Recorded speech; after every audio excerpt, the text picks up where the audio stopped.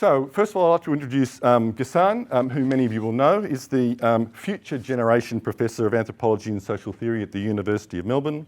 He's the author of many books, many famous books, many books that have made a kind of significant contribution to not just Australian intellectual life, but international fields. Most famously, of course, White Nation and Against Paranoid Nationalism. Most recently this year, the also controversial book, Alter Politics. Maybe we'll get to hear a bit about that today.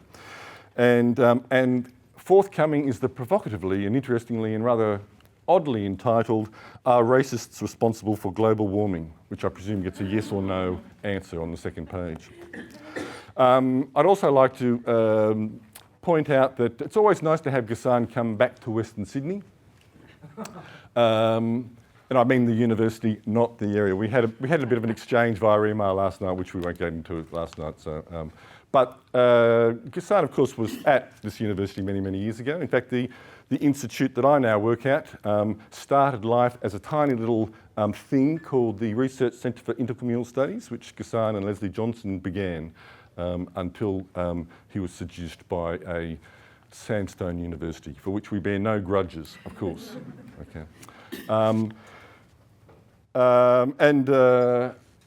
Mohammed, again, I'm assuming all of you know, who's the director of Sweatshop, the Western Sydney Literacy Movement, and is also a doctoral candidate here in the Writing and Society Research Centre. Many of you will know that Mohammed's debut novel, Tribe, was famously and well received critically and popularly, and won many accolades and quite a few awards, and is still lined up for a few awards. His humility prevents me from listing them, but I think they are on the bio on the sheet, so you can actually have a look at that as well. His current work that he's doing for his doctoral degree, which we will be talking a bit about today, and I can say what it's called and all that kind of stuff. Okay, so it's currently called LEB. Which is a change of title, which we'll kind of ask him about at some point. So please welcome the two guests.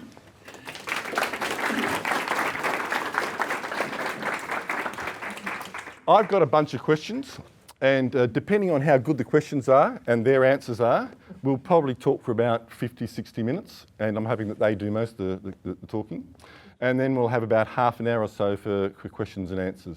So line up those difficult ones in particular, we would particularly like. Any questions so far? But well, I'd like to start. This event kind of came about because of the initiative and energy of Mohammed. As you know, he has copious amounts of energy. So I want to begin by asking, to paraphrase the famous Australian tourism ad of 10 years ago or so, not where the bloody hell are we, but why the bloody hell are we here? Okay. So I'll start actually by telling you all a joke which probably most of you have heard, especially if you're from Granville Boys High School. How many LEBs does it take to change a light bulb? And the answer is 51. 1 to change it, and 50 to stand around and watch and say, hectic cuz, yeah, you're doing a good job, bro. Look at this guy up here, bro. And so to answer your question honestly, first, I'll actually say that the reason we're all here is because I really wanted to meet Ghassan Hage, and I needed 50 LEBs to come and watch it. and say, hectic cars, look at this guy up here. So this is kind of like a date night then, really. Yeah, a public one. Look, I first heard about Ghassan's work in my memory. It actually came a lot sooner, but in my memory, Ghassan's work presented itself to me about 5 years ago when I was upstairs and my wife was downstairs working on her master's thesis.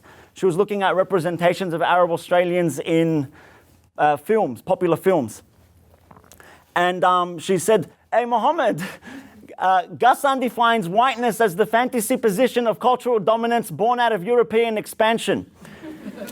and I was, I should have listened. I should have paid more attention then, because my writing career was just starting off, and I was appearing on a lot of panels, and I was going from place to place, picking fights with white people. And it turns out that in Australia, we really don't like the word white. So people were getting very defensive, accusing me of stereotyping, reverse racism, generalizing. And the way that usually manifested itself was by someone in the audience saying, define white, define white. But when it became really urgent that Ghassan and I were in dialogue was when The Tribe was released, because I was afraid that without particular expertise in what I was writing about, the framing and the context would be disconnected from the vast majority of Australians. And so Giramondo, my publisher, sent Ghassan a copy of The Tribe, a complimentary copy. And Ghassan was so energized by the book that he wrote a response, an article in Overland, which you can find online, titled Writing Arab Australian Universes. It's really a masterpiece in its own right, because it doesn't just talk about the tribe, it talks about, I think, a new frontier in engaging with Arab Australian literature. So regardless of whether you're interested in my work or not, please read Ghassan's article.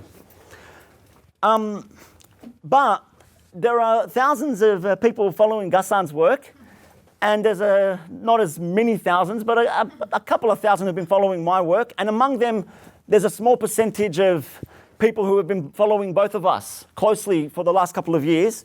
And so I felt that it would be a good opportunity to bring those people together to see a discussion between us. Okay.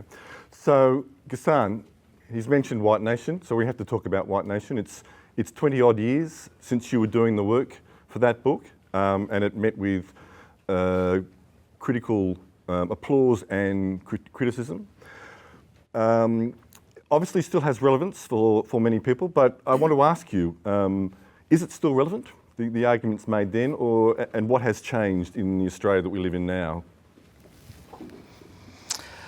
Yes, well, I mean, it's really not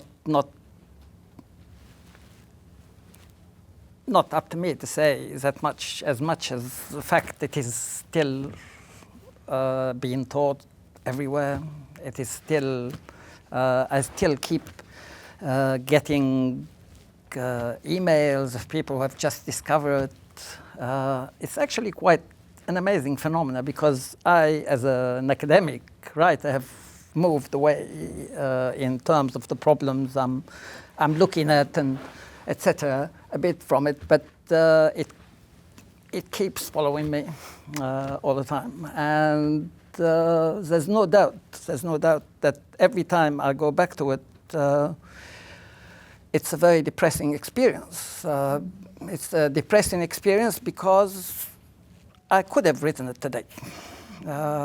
It's a depressing experience because it makes you face how minuscule is the function of writing in changing the social world. And so, anyway, in some ways, that's pretty healthy, in the sense that you sooner or later stop having too many grand illusions about yourself as a writer, thinking what I'm writing is going to change the world. And you start writing with a far more realistic sense of, oh, wow, 3 people might read me, and one of them might change their consciousness. Great achievement in that sense. But I have to say that I think what Mohammed said was very interesting, that he wrote The Tribe not knowing, not having a background in certain traditions, and I think that's probably why it was so good, because certain traditions weigh on you in a certain sense, especially the question of anti-racist writing, which by definition you have to write about those who are considered others, while constantly thinking about those who are othering them. And that is, you are haunted by white people, as I define it in White Nation. And you're haunted by white people as you are writing. And what I liked about Mohammed's work is precisely this thing that I discovered more ethnographically, really, which is that there's a good dose of healthy narcissism among Lebanese, Arab, Muslims, in which at least an important dimension of their lives is not constantly sitting there waiting to hear what the next second-rate whitey is saying about them. And the fact that they live their lives without wanting to think about that. And so that healthy narcissism, which I was grappling with ethnographically, came out so nicely in Mohammed's work. And so that's why I'm here, very happy to be with the person I've just met for the first time and the person I've been meeting almost since I've arrived in Australia. So, yeah. Okay. There are a couple of issues there that I want to come back to, but I want to jump back to Mohammed to ask about the thing that you're writing now, okay? The original title of it was White Nonsense, okay, which is a fairly obvious gesture towards white nation. You changed that title. I'm interested to know, though, why you chose that title in the first place and why you changed and what it's got to do with Ghassan. Okay, first, just to pick up from where Ghassan left off, do you know that while Ghassan appreciated the resilience, the creation of a resilient space in the tribe, that it exists not too concerned about what's happening in the outside world, most reviewers and intellectuals who were talking about it could not recognize that. In fact, one review which really popped out to me said, and they were praising me, so it wasn't a negative review, but they said that Ahmed has a love affair with ethnicity. And of course, that is a perfect example of what I would define as white nonsense, or a strange white gaze on the normalizing experience of being an Arab Australian in the year 2015. And so for me, the concept of white nonsense, and this is a working title for my new book, but the concept of it emerged because when I began my professional arts career, it was actually moving into the performance arts scene in Sydney's inner west, where the vast majority of the arts practitioners are white, would be identified as white and left wing. And so I spent a lot of time in those communities watching artists, rolling around on the ground and calling it a dance, speaking gibberish and saying it's a language, making up a language on the spot. My limited perspective as a 19-year-old boy, often also I noticed what I saw to be performing poverty, performing being poor. And very quickly I was identifying that particular community were generally not poor. And so because it was so hard for me to articulate what that behavior was, my colleagues and I began to call it white nonsense. But again, touching from my first point, it's actually very hard in Australia to talk about whiteness. People don't like it. And so it occurred to me that it was probably a more sensible position to take, not to write from the lens of the community that I'm criticizing, but to write from the lens of the perspective that it's coming from, which is the lens of the Leb. And this is actually a complex term, which I'll just quickly explain. And I use Ghassan Hage's work actually to explain it in an important essay called Multiculturalism and the Ungovernable Muslim. Ghassan talks about the behavior in the late 90s, which was being described as Lebanese, and that was so irksome to so many Australians, was a hybrid formation. the word Leb, for me, wasn't necessarily being from a Lebanese background or being Lebanese. It was an Australian identity, which a lot of marginalized communities, particularly young men of Middle Eastern and Arab and Muslim background or appearance, were identifying with. I met a lot of young men of Indonesian background, Turkish background, who were calling themselves Lebs. And it's a hybrid formation, this is the last point I'll make, that is specific and unique to Australia. It's not an identity that you will find in the Middle East unless, to quote Ghassan, you met Arab Australians in the Middle East. And I can assure you that you're not going to find any Lebs in Lebanon saying, Shukaz, why being a gronk for? Unless it's an Australian. To tease that out a bit, though, a bit more, because the work that you're doing at the moment, it's actually structured around particular key events, and the sections are called, drugs and drive-bys, gang rape, and war on terror. Now, at one level, the novel is not actually about those things, as they are understood as public events, but they're an important framework for the work itself, but also for presumably making sense of the Arab Australian experience that you're referring to. I use them subversively, but I'm very aware actually of the issues that were facing the Arab Australian Muslim, predominantly Muslim community in the late 90s in the western suburbs of Sydney.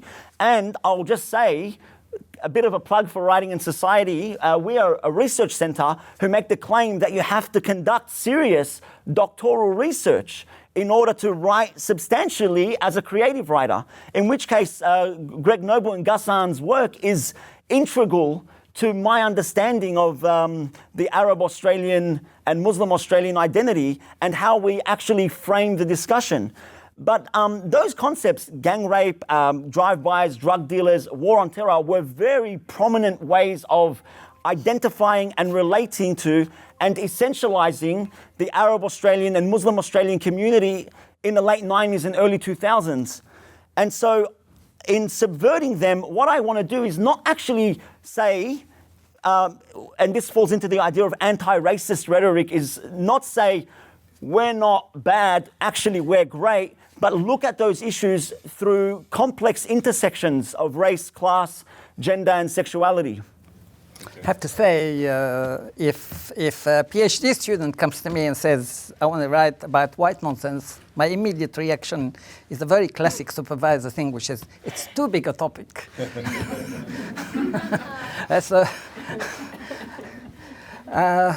Now, yeah, I mean, I think it's interesting how the notion of white nonsense to me speaks to the fact that we're swimming in it, and there's so much of it. And again, to that question of how do you negotiate a space where you exist. I've been reflecting recently about the fact that, you know, how that old saying, sticks and stones will hurt my bones, but words would never hurt me, whatever, I forget exactly. Yeah.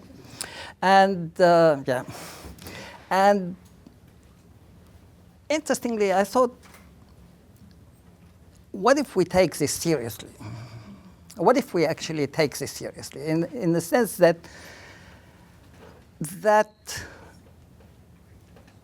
people in white positions of power can discriminate against you. And you cannot stop them from having the power to discriminate with the same ease with which you can stop them from affecting you just by looking down at you. Not with the same. I think there is a lot of space for symbolic work to immunize racialized people from the racist gaze. And that is a much more realistic possibility for a writer than it is to stop discrimination, to stop people from getting jobs because of this or that, to stop. And so that work is symbolic work. And I think writing of this sort is very important. Can I say, earlier, Ghassan, you were saying that with White Nation, if you met 3 people who have read it, you'd be surprised or impressed, and if one can talk about it with you.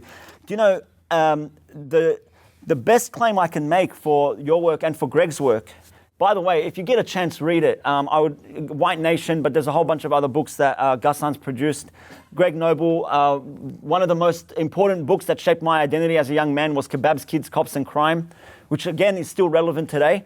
But do you know, your work, if it impacts one person who is a serious creative writer, then what we're seeing is the way creative work can re-engage and reimagine the world because of academic work, which is why we're always making the claim at the center that creative work needs to be taken seriously, not just by the governing bodies, but by writers who usually consider creative writing a romantic self-expression that doesn't require anything but heart and love. Sure, but I think still the problematic of the cyclical repetition of racism, the fact that we continuously find ourselves in exactly the same situations we're in, to me today raises what I think is one of the most important anti-racist tasks, which is the work of consolidation. What does it mean to consolidate? What does it mean to ensure that whatever gain you have made is not going to be lost in 10 years' time? That is a labor which has never been done in a very conscious way. But I think today, to me, it's so crucial, that idea of how do you structure what is an event, what is a moment of resistance, how do you structure it in the face of an apparatus which is destructuring even the most structured things, even citizenship, which we thought, baseline, nobody will touch citizenship. This is it, citizenship. And now you still have someone who will come and say, okay, well, you're on shaky grounds here. You're not even can guarantee that much. And so that work of consolidation is very crucial. So how do you do it? Yeah. Do you have an answer or an idea or some I'm advice? defining it as I think if it can be answered in a question, it wouldn't be a problem. Yeah. I think it's a space. It's a space where a lot of thought has to be put into and debated. I want to go back to the question of change, because you said White Nation could be written today, and in a sense nothing has changed, and we keep returning to the same spot. But significant things have changed or have happened, I should say. So we're coming up to the anniversary of the Cronulla Riots, 9/11, gang rapes that you talked about, various other terrorist attacks and so on and so forth. There have been significant things that have happened in that space. Yeah. I think there are a couple of questions that I want to ask around that. One is that they have in some ways reshaped the Australian imaginary. Yeah. And so one, I think, important point is that while your work has been mostly talking about the Arab Australian experience, to use that cliche, in fact, most of your work has actually been talking about Australia, particularly in terms of White Nation and the Australian imaginary, the way the mainstream or whatever you want to talk about it. So have things changed? And I want to tie that particularly to the question of racism, because in fact you argued in a paper a couple of years ago where you talked about the varieties of racism in Australia, and argued that in fact racism has changed.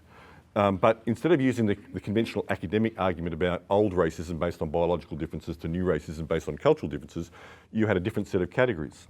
And you also kind of made the nice point that I think you argued that Pauline Hanson was in fact not typical Australian racism, whereas John Howard was. So I wanted to ask you, what were you getting at there? And has racism changed in Australia? You have to remind me now of that paper, but I mean, I just what comes to my mind immediately is something I'm working on now, obviously, and so I will reply with the change I'm thinking about now, which has a link to the Cronulla Riots, and a little bit to Hansen, which is the role of the mob in racism. And so we often think of racism as either the state racism or structural racism or etc. And so the Cronulla riot brought out that question, what is the role of the mob? How do you theorize and think about the impact of the racist mob in history? Which is a very particular thing. Like in... I know, sort of like going a bit academic technical here, but in a lot of Foucaultian literature, influenced by Foucault, working on governmentality, you always have this idea that there's the government and there's the people, and the government governs technically. But what does it mean, for instance, to govern through the mob? What does it mean to mobilize the mob to do the work for you? Now, this takes us, of course, to the history of fascism, how mobs do political work. And so how and when does a state either makes a mob kill or lets a mob kill, or in the Australian situation, maybe it didn't let the mob kill, but it let the mob do violence, or some might say it made it engage in violence. And so this relationship between the state and the mobilization of the mob is interesting because, and I'm sure some of you will say, but it only happened once. And what's interesting is precisely the fact that it only needs to happen once for internalizing the consciousness that the mob might get you. And this is the idea of a racist war here. In classic games of deterrence, you don't want to deploy your nuclear forces. You just want to keep them in the background and say, I've got them, watch out. And the mob plays this function. The mob says, we've shown you that we can deploy the mob on you in Cronulla, so bloody watch out. And they don't have to do it more than once. And so the question of what does it mean today on the psyche of a person who is affected by living through white people? What does it mean? How does Cronulla weigh on you? I like to think about it in this way. Mm-hmm, mm-hmm. There's a particular thing that I want to ask you about, which is that it goes back to the category of white nonsense, which is there was all the kind of the demonstrations by Reclaim Australia and associated organisations. One of those kinds of slogans and posters that keeps appearing is about the Islamicisation of Australia, and that Sharia law is about to take over. Now, I can't imagine any more nonsensical idea than that in the Australia that we live in, and yet it has a kind of a purchase. So what I'm interested in asking is, what has happened to make people think that is a possibility, that is a legitimate thing to be worried about? I'd like to hear you first, Professor. I would. But okay. I've talked a little bit, so it's a privilege to hear you speak. Well, histories of fantasies of reversal is a history of its own. Colonialism, from day one, even when colonialism was very healthy, at its healthiest moment, if you look at English colonialism in India, when English lauded in a big time, there were writers imagining how the Indians are going to reverse the equation, and the Indians are going to be actually colonizing the English. And so you have this amazing literature imagining what is called imaginary reverse colonialism.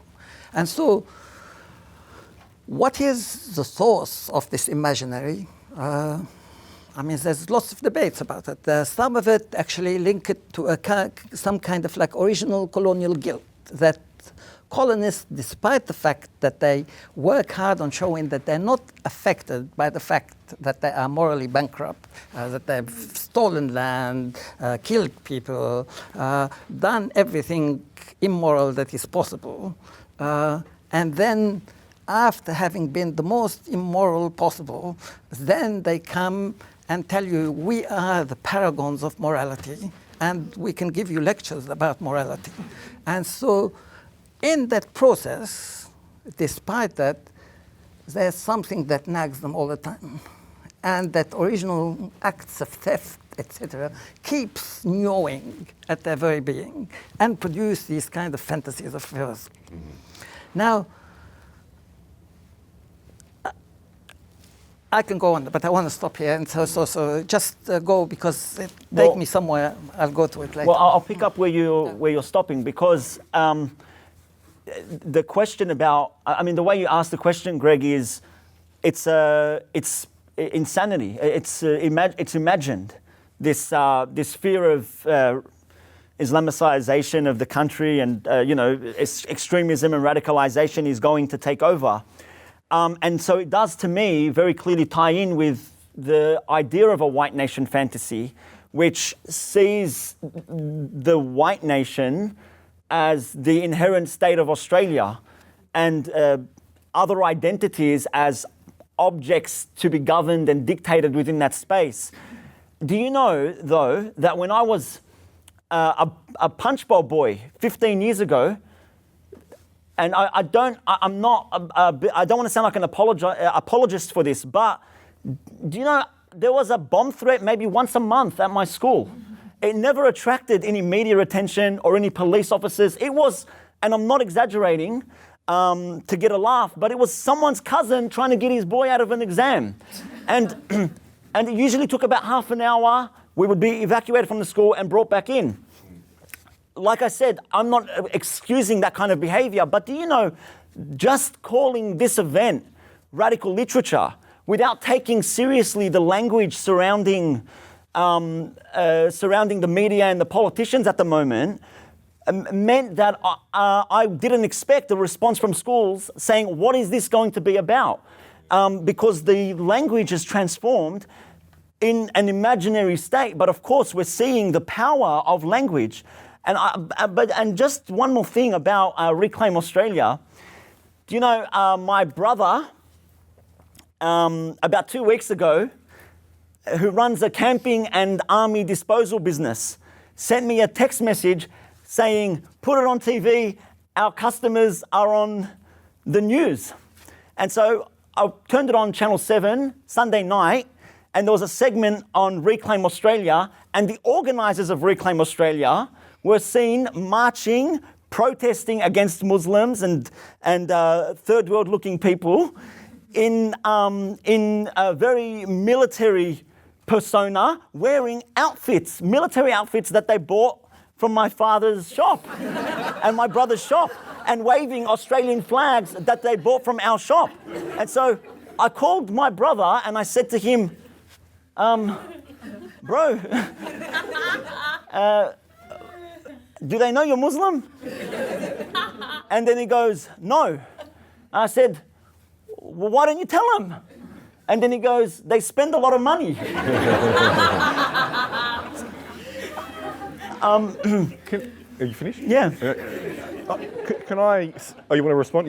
No, please. No, go That's a conversation between you guys. I'm just getting in the way. Well, I mean, sort of like some of what you said links to what I'm really wanting to say in relation to Islamophobia. Because one of the things I've been talking about, this fear of reversal, is actually something I'm working on now for that book that which title Greg loved, which is Are Racists Responsible for Global Warming?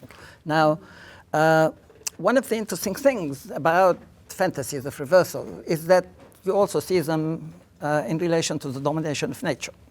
And so ever since we've been dominating nature, we have had fantasies of nature getting stuck back into us. So Planet of the Apes, even Hitchcock, birds, the birds sort of like now, different qualities. So there's always these fantasies of reversal that come back. And then what is interesting to me is that there's always people who will come and say, don't worry, don't be scared. There's nothing to be scared about. Now, one of the things that really interests me about Islamophobia is that a lot of, and I'm not saying all, but a lot of the critiques of Islamophobia is of this genre, which is, hey, don't be scared. The Muslims are not scary. And to me, as I was writing, I stopped at one point and I said, well, why the hell shouldn't they be scared? Why is it my function to sit down and pat white colonialists and tell them, don't be scared? Why shouldn't they be bloody scared? I want them to be scared. If you're a white colonialist, be bloody scared, and the more scared you are, the better. Now, I think there is something scary about a scarfed Muslim woman. I think there is something scary about, I think it's scary to white colonialists. It's scary because it puts you face to face with someone who says to you, I'm not going to bloody assimilate to you, piss off.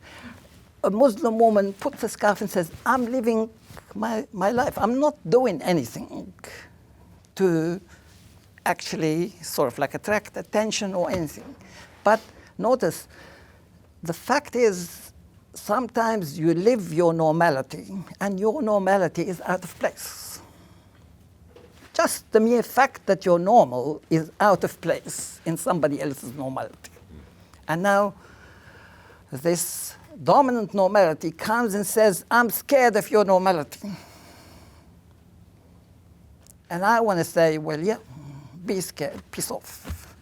Why should I sit down and work some kind of like psychological trick on you? No, be scared. And hopefully there'll be more and more reasons you'll be scared until we get rid of you. That is the idea that we always worked with as anti-colonialists. We want to get rid of white colonial culture. What's this idea that suddenly, I mean, you know, this idea that Frederick Jameson, cultural critic, said it's become more habitual today and possible to imagine the end of the world rather than imagine the end of capitalism. And I think there's a truth in this, but I think it's also a kind of like ethic. We're no longer willing to work with the idea that we want the end of something nasty. You know, colonialism is bloody nasty, as I started by saying. It's immoral, it robs, etc., and it's continually doing it again. Why don't I want it to be scared? Can I step in there? No. Because I want to ask Mohammed specifically about the principle. okay, which at one level could be read as a kind of a counter-narrative to the panic stories of Islamophobia. It offers a kind of a narrative which says actually Muslims can be good too, and they can be tameable. You know, they can kind of.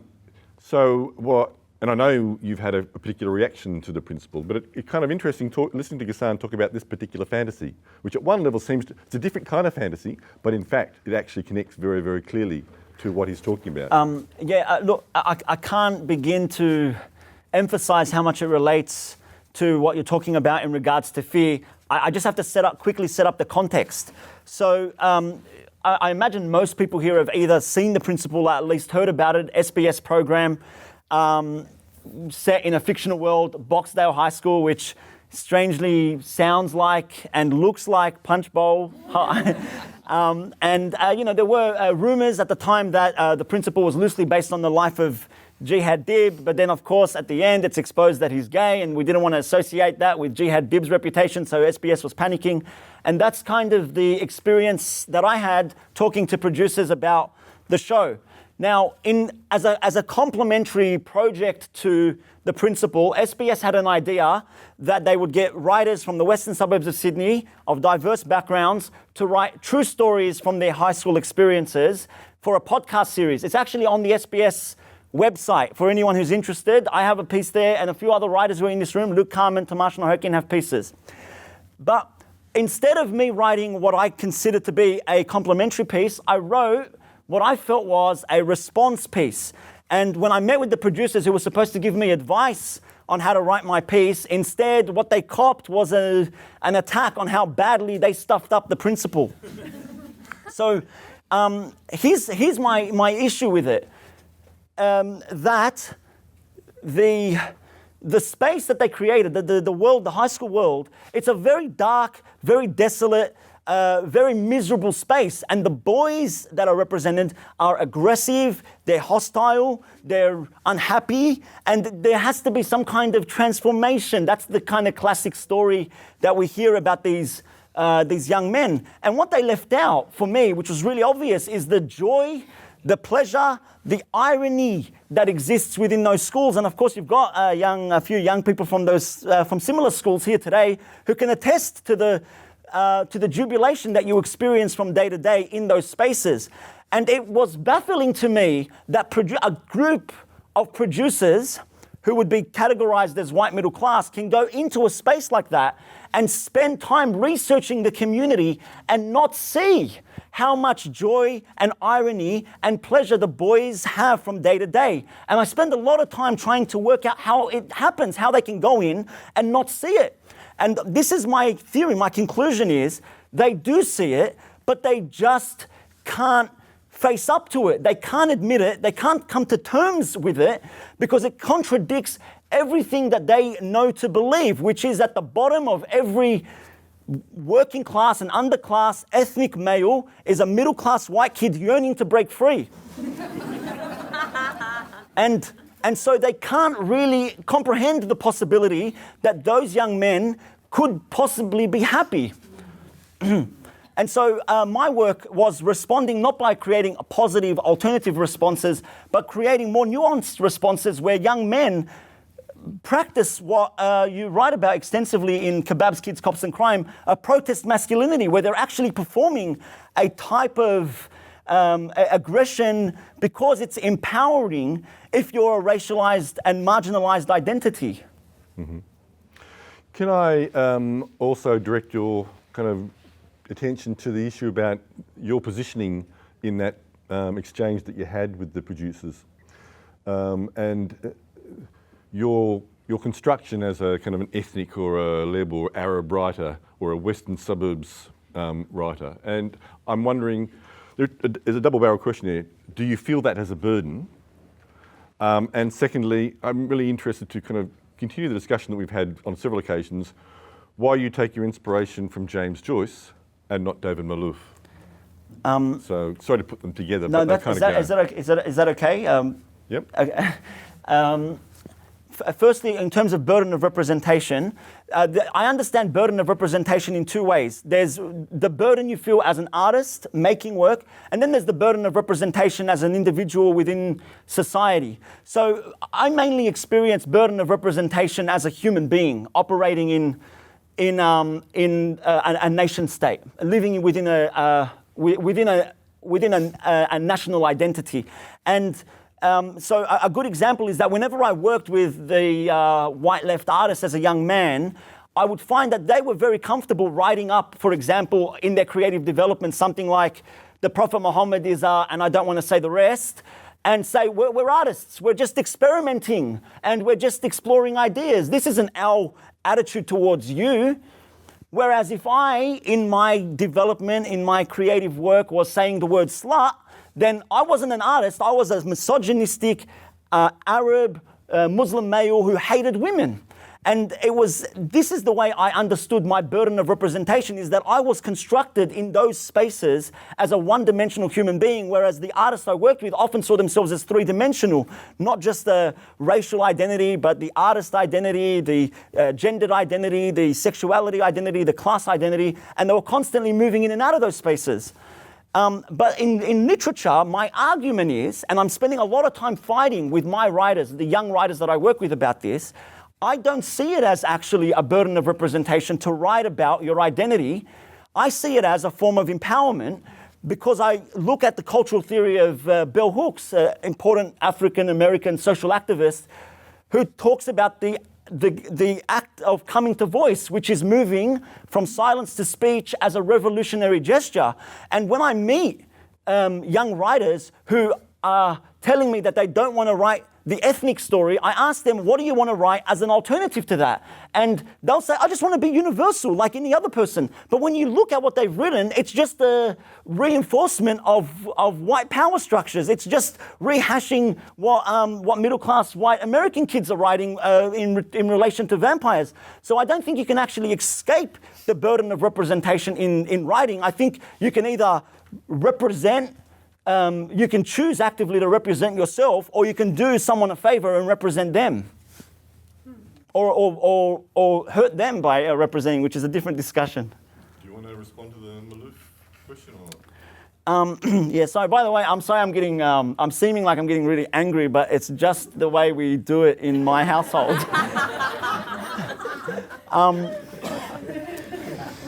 I think, I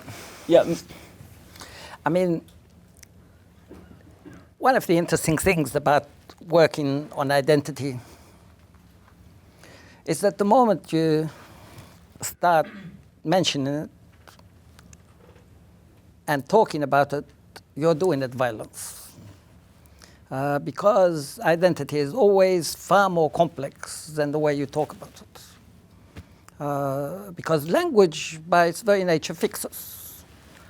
And language just pins you down. And identity is not just a question as sort of like, which is true, that it's fluid and all this, but it's actually a continuous oscillation. It's not just the question of do I feel Lebanese or do I feel universal? The thing is, I'm constantly oscillating between the two. I'm constantly oscillating between being a Lebanese, being a Lebanese universal, and being Australian, being an Australian universal. I can keep on sort of like adding how many things one is oscillating about, and the fact is, what is always damaging is when somebody tries to fix your oscillation.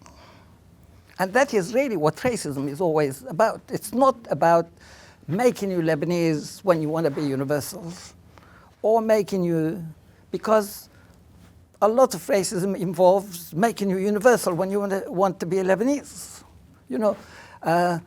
Over the years, I've always had this thing. I've worked with often middle class, or at least students with a lot of cultural capital, but who have an ethnic background, and who have a kind of like critical outlook by the time they're PhDs, And so they treat this idea that, somebody has asked them at a party, it becomes a cliche, where do you come from, So they actually, a lot of my students have it as a cliche themselves. They say, I got the where you come from treatment yesterday. So that's how they talk about it. And the where you come from is sort of like the idea that me as a student, I'm a universal. And somebody comes and pins me down to being, where are you from? Plus, there's the issue of somebody thinks they're in power to ask you and all of this. But one of the interesting things is when I was doing field work with working class, not just Lebanese actually, in some place, but anyway, but it was a Lebanese person who said to me, and that was so sort of interesting to me because it was word for word almost. He said to me, I've been working in this office for a whole month and nobody has asked me anything about my Lebanese-ness. And I thought, now here's this guy is actually not happy because nobody is actually taken. And so in a way, it's just makes you understand white people. I mean, sort of like sometimes, so what do you want? It's sort of like blah, blah, blah, that doesn't work. What do you like after all? But precisely what I like is the fact that, I mean, this morning I might wake up and feel like a manouche, and I'll feel 100% Lebanese, but maybe in a split second, I'll also feel 100% Australian. And as I'm driving here, I'm feeling Lebanese and Australian and universal and a billion other things that are related to gender and sexuality and classes and everything. And some petty thing wants to pin this richness into, fix it into you are this. Yeah. That's racism. To me, it's not. That's that moment of being fixed. Whether it's your grandmother who's fixing you, whether your ethnic leader is fixing you, or whether it's some white racist is fixing you. All of them are contributing in creating racialized identities. Can I ask you to elaborate that? Because it's not just about an interpersonal exchange that happens there. It's a politics, and so. What you're saying there echoes for me the interest that you've had recently in kind of arguments about multiple realities. And you ask that question, what kind of imaginary inspires radical politics today? So we can sit here and whinge about the bad things, but what is it that inspires people to do a radical politics that might confront, challenge and change those things? Yes, well, to me, this takes a slightly different edge because what I'm exploring in that notion of multiple realities is another complexity, which starting point is actually where you and I started, which is in Marxist circles at university, where the critical question was always to unearth the relation of power. Relations of power are always hidden. And the analytic work is always about find the patriarchal relation of power, find the class relation of power, find that relation of power, unearth it, and show how it structures reality. Now, when you do this, it's very interesting because you approach things with the idea that you are uncovering what's hidden. And I still am totally for that exercise, that analytic exercise of uncovering relations of power. But what struck me was because you posit the relation as hidden, and because it is, and you go for it and uncover it, then you think that's all there is. I've uncovered the relation of power, and I stop. I say, I've done my work. See, there's a relation of power here. And my multiple reality question was, well, okay, maybe there's another relation. What of other relations, which were not relations of power? Shouldn't we be looking at them? I just give very quickly an example. So I was in London chairing a conversation between this Israeli and Palestinian activists.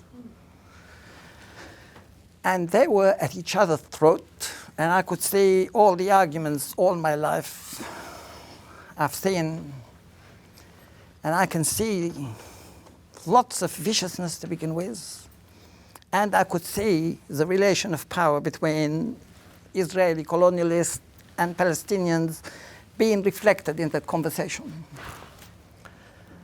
But then I started noticing something which I don't know if others noticed it at the time, but I had a very distinct feeling about an hour through the conversation.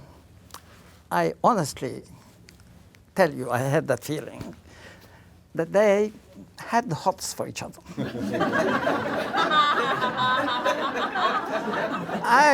It just struck me as I was sort of like sitting. I was thinking, Who was it?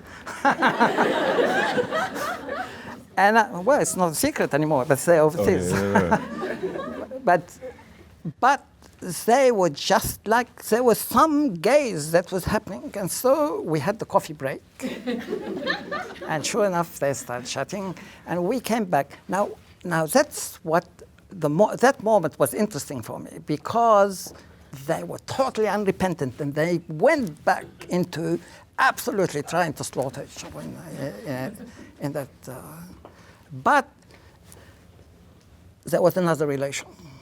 So that to me is the alter moment. So the alter moment, which is not the anti-moment, that interests me. So that you can engage in anti-politics, but you have to be able to think that there are other.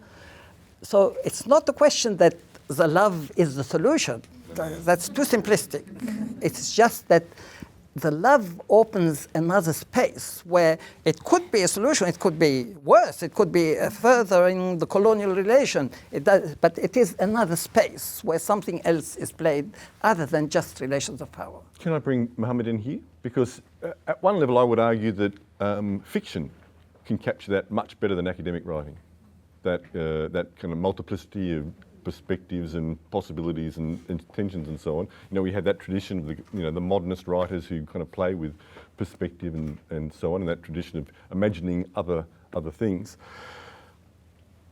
So there's that kind of question about the role of literature there, but also I want to kind of link that to the question of radical literature, which is the theme of today. And because if Ghassan asks what kind of imaginary inspires radical politics, can we ask the same kind of question of radical literature? I mean, do you see your writing as radical, and is there a kind of a vision which grapples with those kinds of questions that Ghassan is Can I, just before I answer, can I know the time, just so... This is the last question. Last question, and then... I'm in control. Okay. I've got... Yep. I'm managing. It's also so that... Answer the question. Okay. It's also so that I'm in control of how long I go for. But... you know, the privileged position of a university is that we fast track to literature. So we go from high school in whatever capacity you came out of that space, and for whatever reasons you came out of that space and went into a university setting, assuming that you are literate and that you're ready for literature. And so my work and my understanding of this question actually becomes more about literacy before literature, that literacy is a radical political act. And when I say this, I mean it in the kind of broadest, most complex way we can engage in literacy. So I'm not talking about the ability to put together letters and the ability for letters to make words and words to make sentences and sentences to make paragraphs. What I mean by literacy is a critical consciousness, the ability to read, write, think critically about what you're seeing, deconstruct, and respond. And if you look again at the work of Bell Hooks, she talks extensively about how degrees of literacy determine how we see what we see. And so any move towards freedom and justice in any culture is dependent on a mass-based literacy movement. Now, Bell Hooks uses the example of Malcolm X, who's a big attribute of my doctoral studies and my own creative writing. But I actually use a much more controversial but much more potent example, which is the story of the Prophet Muhammad. Because even though, even though not everybody on earth is a Muslim, I would argue that everybody on earth since the birth of Islam has been affected by Islam one way or another. And the origin story of the Prophet Muhammad's revelations, regardless of whether you believe them as fiction or whether you believe them as divine revelation, is the story of literacy. That Muhammad was illiterate and the angel Jibril in Arabic, appeared before him and said, اقرأ باسم ربك الذي خلق خلق الإنسان من علق اقرأ وربك الأكرم الذي علم بالقلم علم الإنسان ما لم يعلم, which translates in English as closely as possible to read in the name of thy Lord who created humankind from a clinging clot. Read, for your Lord is most bountiful, who taught humankind by means of the pen, taught humankind that which they do not know. And the idea of the narrative of the Prophet Muhammad is that he was illiterate and God gave him the power to be a master of letters, to recite the revelations of the Quran. And so this speaks about, to me, the historical power that we give literacy and that we understand literacy, that it has the same abilities to transform as splitting the Red Sea or being resurrected from the dead. And so to be literate is a dangerous position to come from. Did you actually just translate this now as you're talking? I will say, I'll just answer. I've heard this story before. Oh yeah, of course, Okay, so hopefully. it's... But I will say this one thing. I didn't translate it, but I am very conscientious of particular translations which are limited. And so in many cases, God is referred to as He, and humankind is referred to as mankind in the translations, which I, as a creative writer and as a critical thinker, don't appreciate. So I have my own interpretation. Just more commenting. I thought if you had just translated that first bit as you were talking now, I thought, wow. Not that good. Well, I don't think he answered my question, but that's by the way. I got through about a third of my questions, but I would like to open it up now to questions from the floor, if people would like to. So if people have questions for me, please note that I'm hearing impaired, and just don't shout, just speak a little bit slowly and clearly. Like me. You shout. I shout, yeah. Don't shout. Okay, any questions, please? I've got a whole stack here that I'm prepared to go back into. Yes. I'd love to hear your response to the Maloof question. Thank you. Okay. There were two kind of separate, the question it was one question, but the answers for me are separate. So there was a question on James Joyce and there was a question on David Maloof. To answer our, firstly about Joyce, the specific story that was part of my research for my honours thesis, which was a creative and exegetical component, was to look at James Joyce's The Dead, which is the last short story in Dubliners. And the reason I was looking at it is because Joyce has the capacity to manage large groups of characters, and within the setting of a house, which becomes some kind of symbolic community and national presence. And so this was really what I was dealing with in particularly the last short story in The Tribe.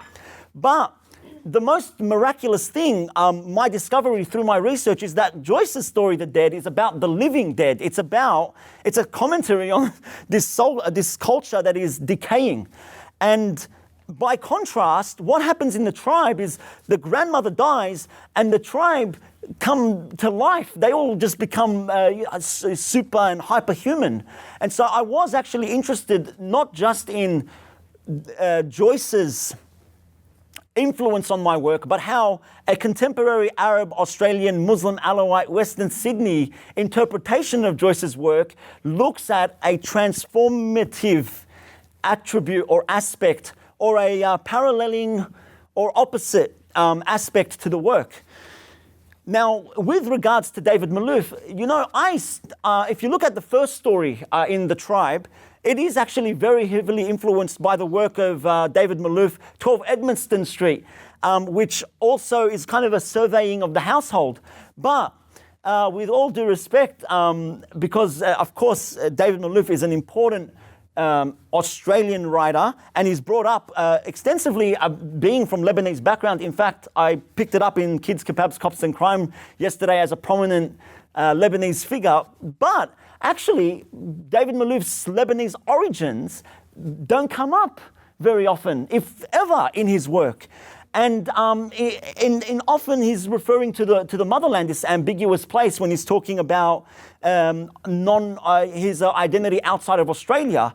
And as a way, I guess, of compensating for this, there's a real heavy emphasis on nature as a way of perhaps saying, we all come from the ground, it doesn't matter where we're from. So I take a little bit of a distaste. I can't really comprehend it because my work brings out the Arab Australian-ness, the Lebanese identity on the first page. It's all that I care about. And my theory now is that, you know, David Malouf comes from a post-World War II generation looking towards Europe, and I come from a post-9/11. It's actually very common it's very common in that wave of Maronite Christian Lebanese migration not to be that hung up on where you come from. Yeah. And sort of like, so it's not specific to Australia. This is kind of. Yeah, I don't. I absolutely agree. And so my position on this is that coming from a post 9/11 Arab Australian Muslim Western Sydney context, is that we were looking towards the United States, really, towards African American subaltern hype in popular culture. So I've been looking closely at Black autobiographical fiction as an influence as opposed to David Malouf. Okay. Another question? Yep. I was wondering what your stance is on how useful multiculturalism is today. Sorry, I didn't hear. How useful do you think multiculturalism is today, especially in metropolitan Sydney and Melbourne? So, I mean, one of the things, I'm sorry, I have to sort of like put quite a few introductions before replying to your question.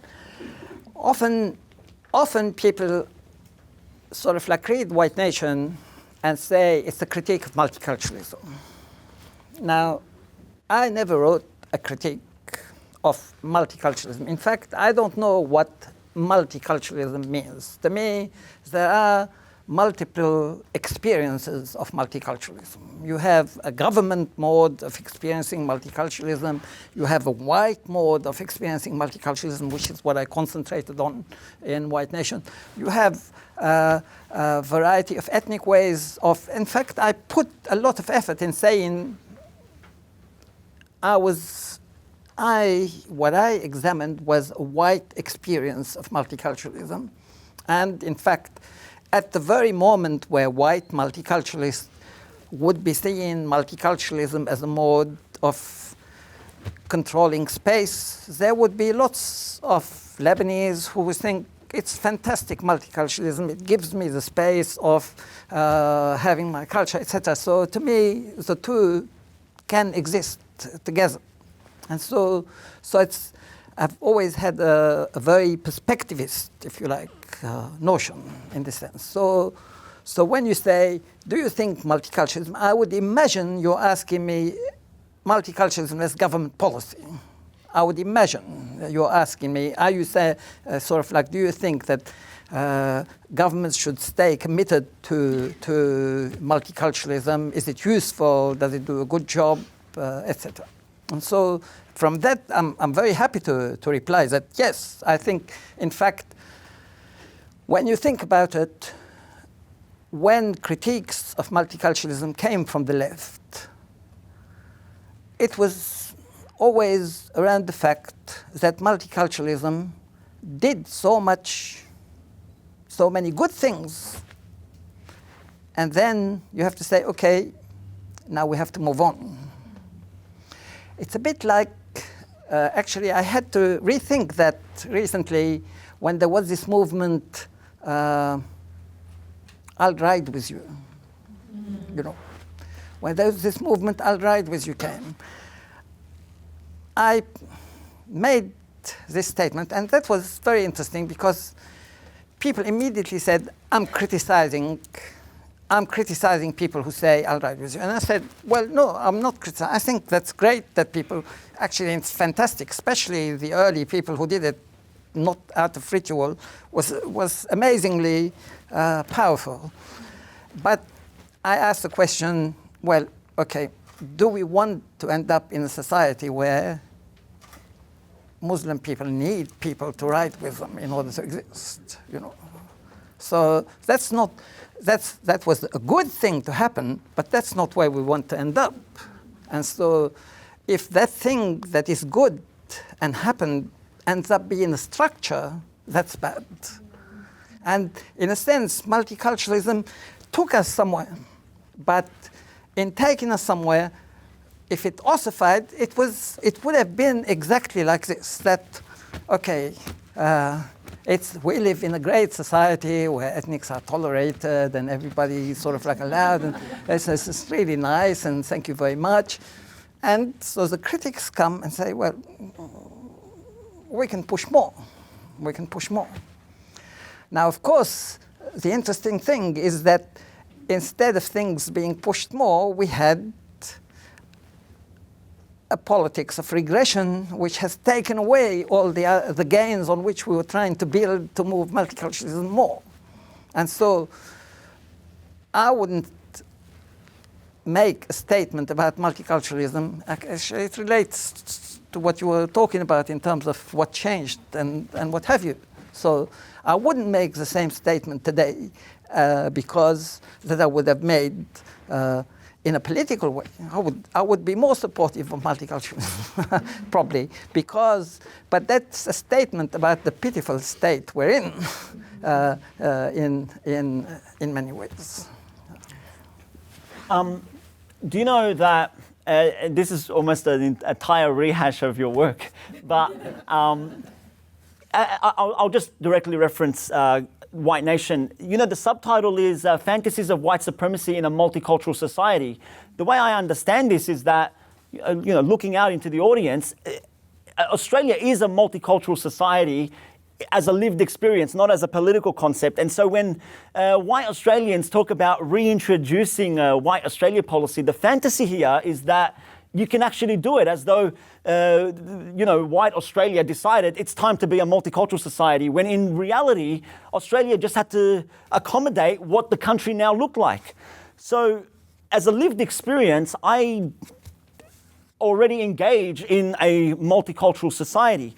But as a political concept, it is a term which we really understand as either you're multicultural or you're not. Either you're living a multicultural construct or a white supremacist or white nation or white fantasy construct. But there are degrees and versions of multiculturalism. And the multiculturalism that I experience from day to day is a multiculturalism that says we like this multicultural society insofar as long as, which is why Muslims, Ghassan argues in Multiculturalism and the Ungovernable Muslim, are not seen as necessarily compatible with multicultural policy, because in many cases, they want to follow the laws of their God as opposed to the laws of man. And so my experience of multiculturalism is a particular type, celebratory multiculturalism, that we don't mind a multicultural society as long as it means that we can consume your food, your clothing, aside from the hijab, and your nice dancing and your drums, but that's it. Yeah. But sorry, that's where, for me, the problem comes in, because I feel like multiculturalism creates these static identities that we have to sort of fit into. Like Harmony Day in high school, I come from 5 different ethnic backgrounds. And then they were like, so on Harmony Day, what are you going to represent? Are you going to bring food from your Greek background? Are you going to bring like your Turkish outfit? Or so it's kind of like, for someone who's extra mixed, you don't know where to fit in within multiculturalism. Well, I mean, so this invitation, do you feel fixed by it? That's where it comes. Because, you know, I mean, if I'm of Lebanese background and I get a chance to show off my Lebanese culture, why not?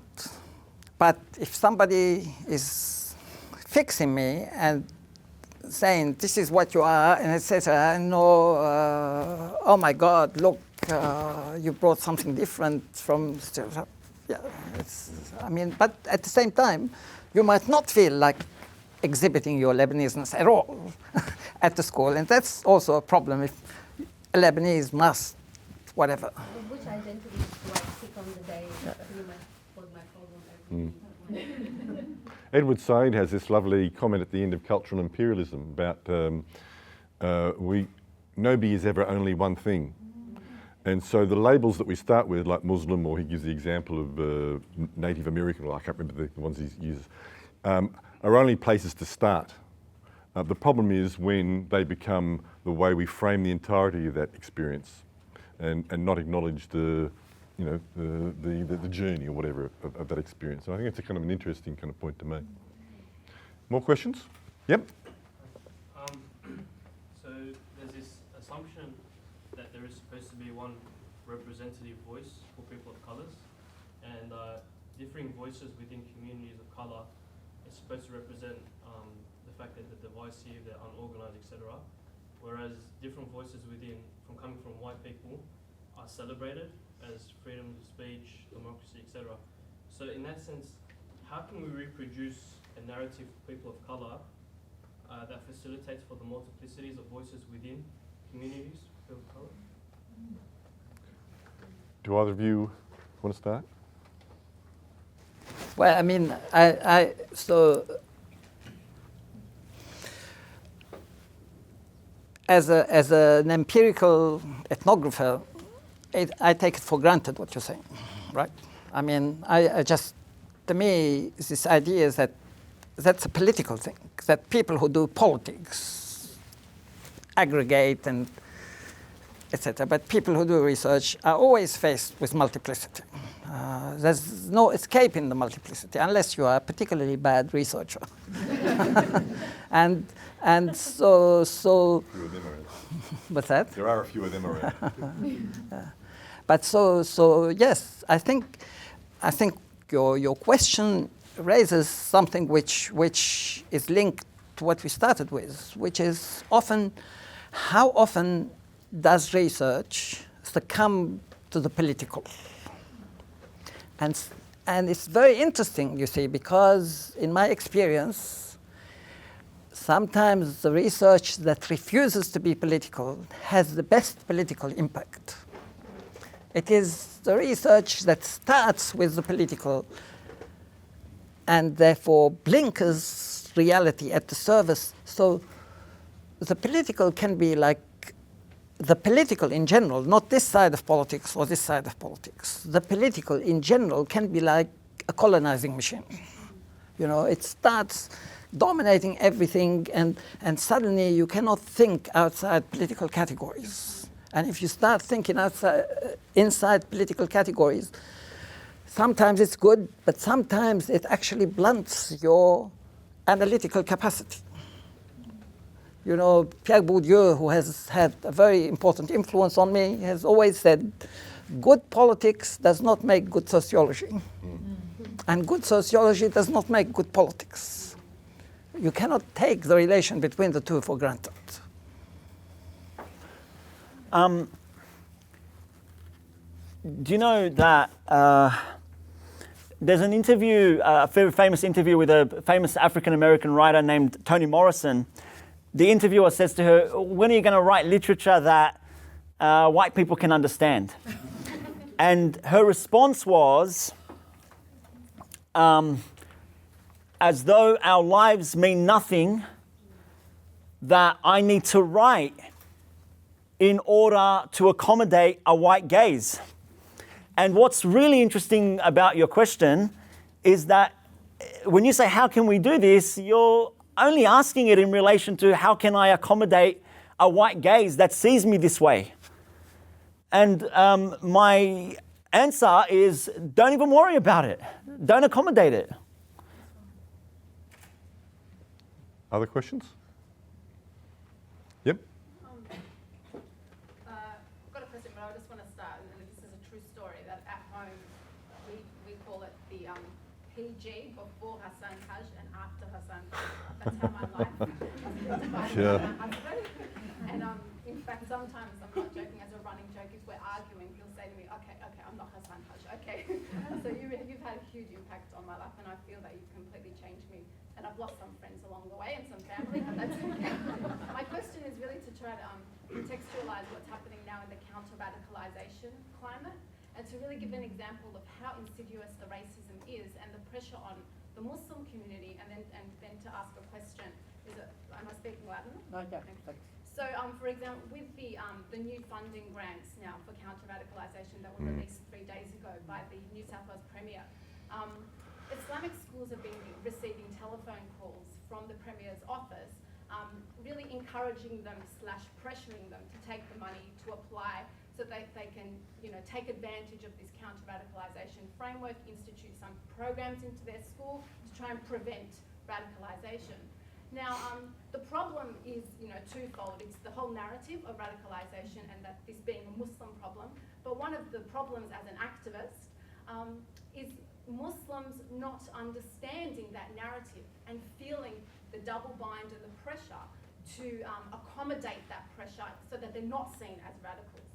So with our anti-racism work, I feel that the task is so difficult because on the one hand you need to deal with the white gaze and the white framework and the white nation, but also educate minorities who have internalized that racism and feel they need to appear not scary, that they need to appease this.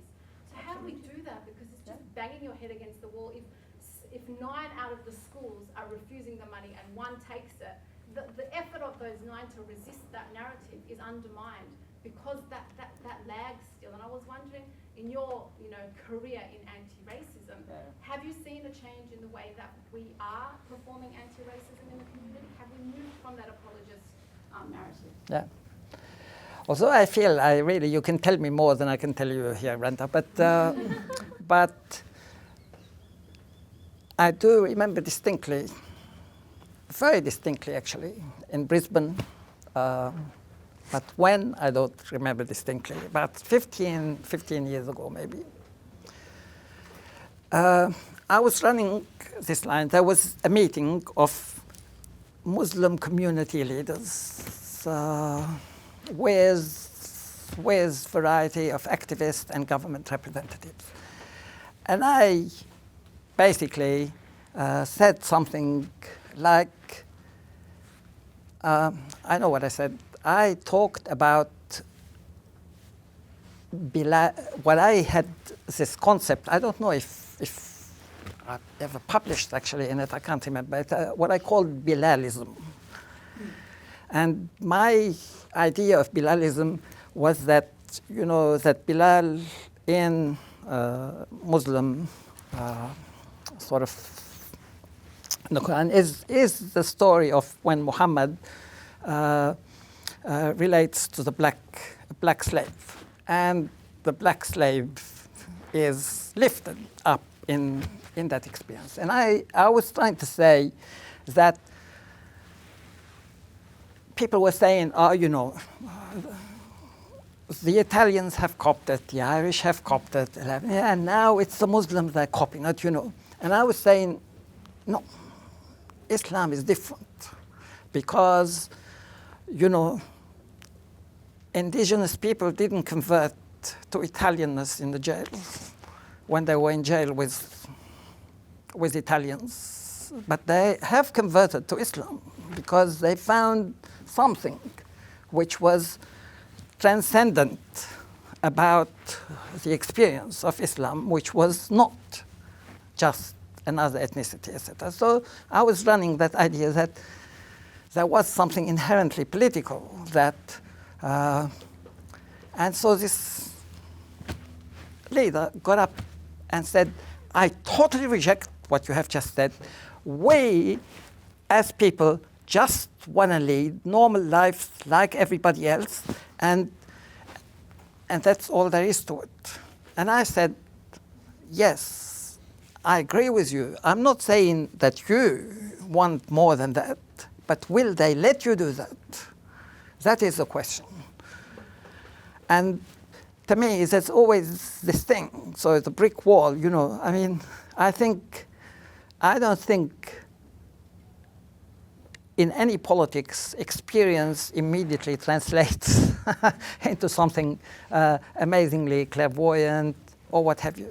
It is the mediation of people who work with them, and sometimes you're successful and sometimes not.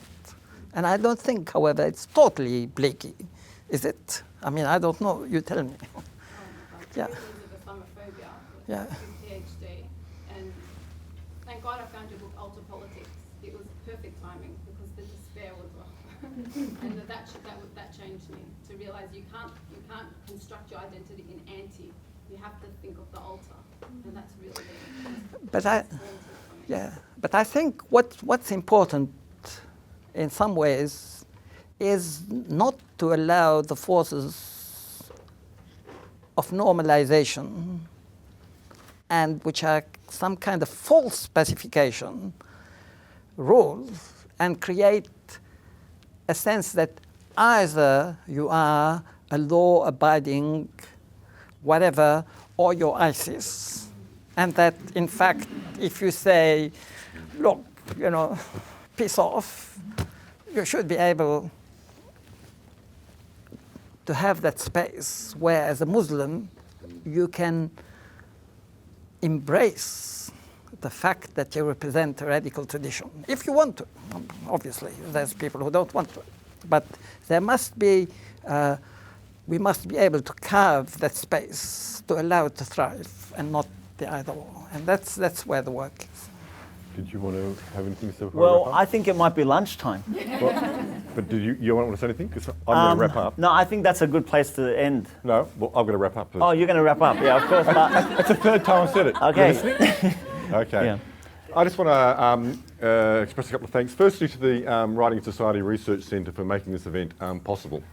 And secondly, to thank our speakers, Ghassan and Mohammed, for their wonderful insights and stories and jokes and all the other stuff. So please, round of applause.